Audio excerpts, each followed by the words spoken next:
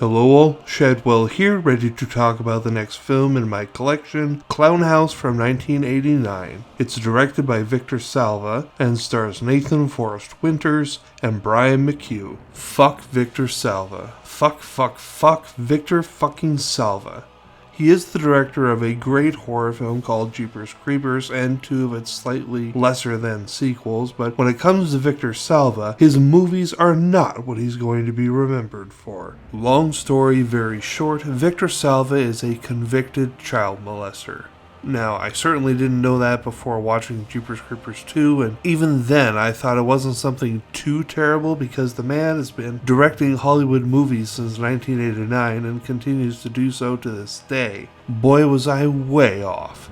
Let me be clear, and this is a slightly longer story. I own this movie because I remember seeing the commercial for it a lot when I was a kid, but never seeing the actual film, and one day a few years ago my interest was piqued as it was playing non-stop in my memory, and so I had to watch it to stop the madness. Only problem was that it wasn't streaming, so I purchased a relatively cheap copy off of Amazon, which I look back on now and wonder how that was even possible, as it now goes for just under $40, but regardless. I bought it and watched it and felt better about my nagging need to see something I saw the trailer for dozens of times as a kid, but then I found out the horrible secret about this movie.